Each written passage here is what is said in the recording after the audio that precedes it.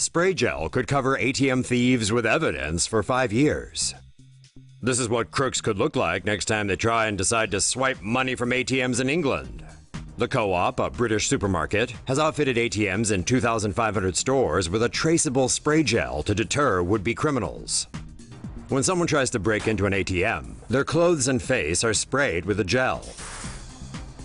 Each sprayer has its own forensic identifier, and only a speck of this is needed from the suspect to match it to the ATM.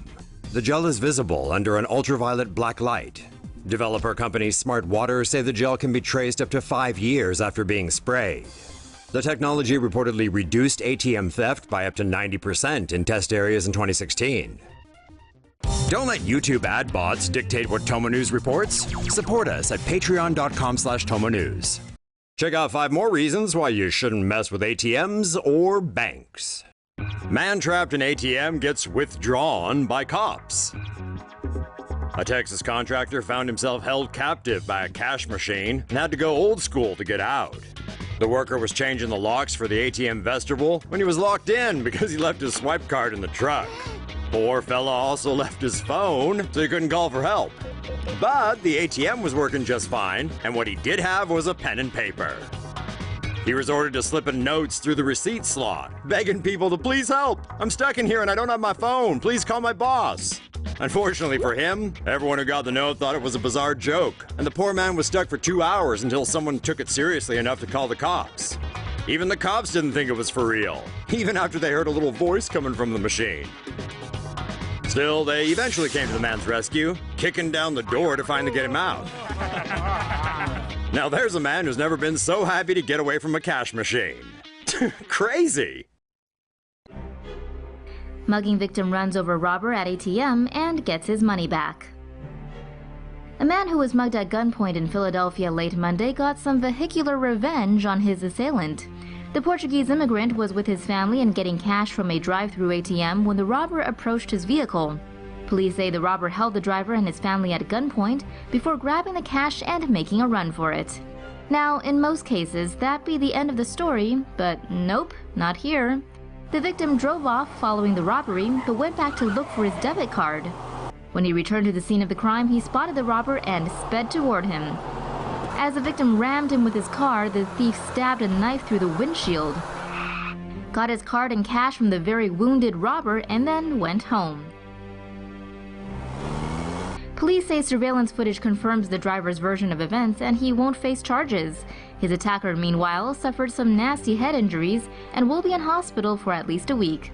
He'll face robbery charges when he gets out. ATM Raider escapes Bali court through toilet window. A Peruvian citizen facing multiple charges over a string of ATM robberies on the holiday island of Bali evaded the law on May 16th in a way worthy of an Adam Sandler film by escaping through the courtroom's bathroom window. Jose William Salazar Ortiz and friends Roberto Castro de la Cuba and Franco Pizarro stand accused of stealing thousands of dollars from several ATMs on the Indonesian island. Bali media reports the trio were arrested in January, but their trial just began last Tuesday.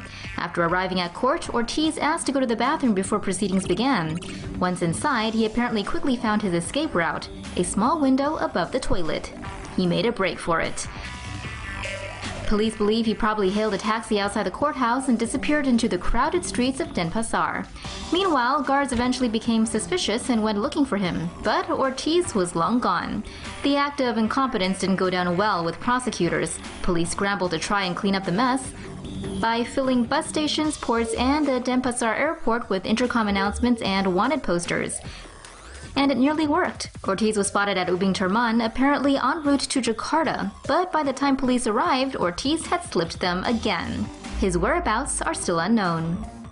Hey Tomo Sapiens! Help us beat the ad bots by joining our Patreon news squad at patreon.com/TomoNews. Brazilian robbers wrap themselves in tinfoil to avoid alarm system. Remember that awesome Rio de Janeiro heist and chase sequence from Fast 5? Well, this attempted robbery is absolutely nothing like that.